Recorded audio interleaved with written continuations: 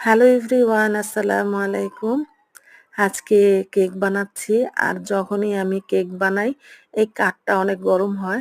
Mini বুঝতে পারে যে আমি কেক বানাচ্ছি। তখনই কি করে এইখানে উঠে বসে থাকে। আর এইখানে উঠে বসে এই পাশ ওই পাশ মানে ওর শরীরটাকে গরম করতে থাকে। ও এই জায়গা থেকে লড়তেই চায় না। ওর কাছে এখন শীতকাল তো এইজন্য ওর কাছে এই গরমটা খুবই ভালো লাগে। আর যে দেখতেছে আমি ভিডিও করতেছি সে পোজ নিতেছে। অনেক দুষ্ট হইছে, অনেক দুষ্ট। দুষ্টের কোনো শেষ নাই। হুম,